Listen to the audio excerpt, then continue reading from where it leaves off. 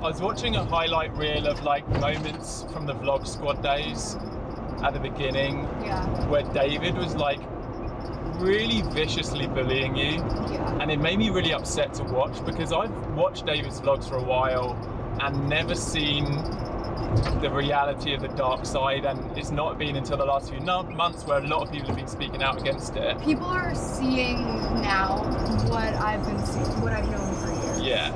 And it's honestly kind of a, it causes me like a lot of sadness. Yeah.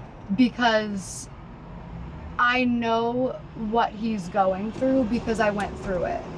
Are you in speaking terms? Has he reached out to you to apologize? He did ask me if I wanted to talk, and I actually forgot to respond, because when I got it, I was in a studio session, and then I kind of just, there are so many answers that I've been wanting for so long that it might be healing to have a conversation with him. Well, I thought over the years maybe, but what I've found is happiness is forgiving people who will never apologize. Yeah. And he reached out to me at a time where it's not like I hadn't tried to talk to him over the years. It was when he was like getting canceled and scared. He was afraid I would say something. He's backed into the corner. And yeah. So like, are you saying like you were able to forgive him a while ago? Or do you think you still feel... I think I recently was able to forgive a lot of people, because it wasn't just him. And like, honestly, the reality is the stuff in the vlogs, what I'm not cool with, I wasn't cool with the nose jokes, I wasn't cool with the fat jokes, I expressed that, and then that's why I wasn't a part of the vlogs anymore. But the reality is, like, I don't like when people clip stuff out of context. And there's one clip in there, for example, where he calls me fat, and they use that clip of me saying like, you've been calling me fat since vlog 1, and he says, I don't call you fat because you're fat, I call you fat because you think you're fat and you're not.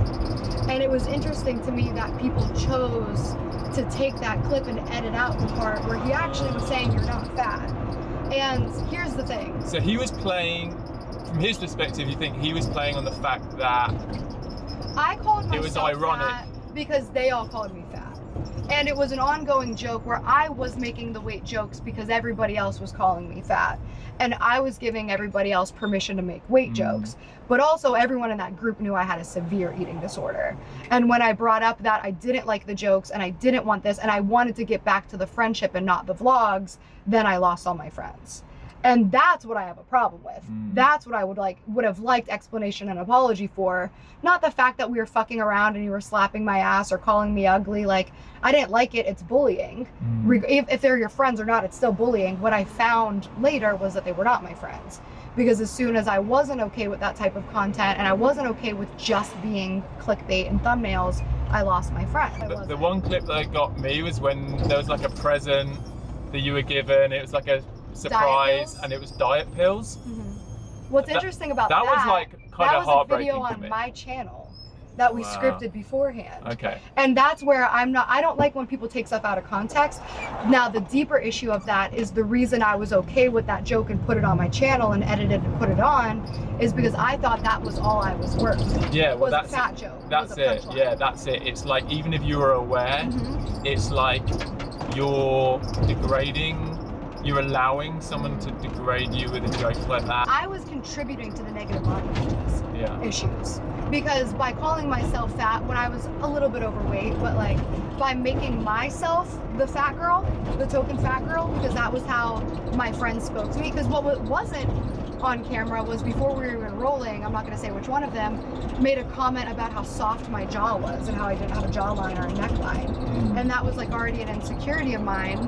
And like, that was off camera. So why the fuck did you say that? You know what I mean? Like, I was feeding into the jokes because the jokes were being made. But also I didn't advocate for myself because I wanted to fit in and be accepted. I forgive those people for making jokes that hurt me. I don't forgive those people for completely cutting ties with me when I expressed that. And would you look to mend that? No. You're over it, you're kind of yeah, like, we're different people. We're very different people, and that's okay. And like, that's what I was saying earlier about, like, I don't quit, I hold on to toxic things. They are toxic, and it feels very weird openly talking about this because it's something I never said I would, but it was a huge piece of my story, and for a long time I was villainized because I wasn't friends with those people. And it's been like a really painful like 5 to 6 years of being that villain because I didn't fit in with the people who you thought were cool, but the people you thought were cool are fucking me, you know?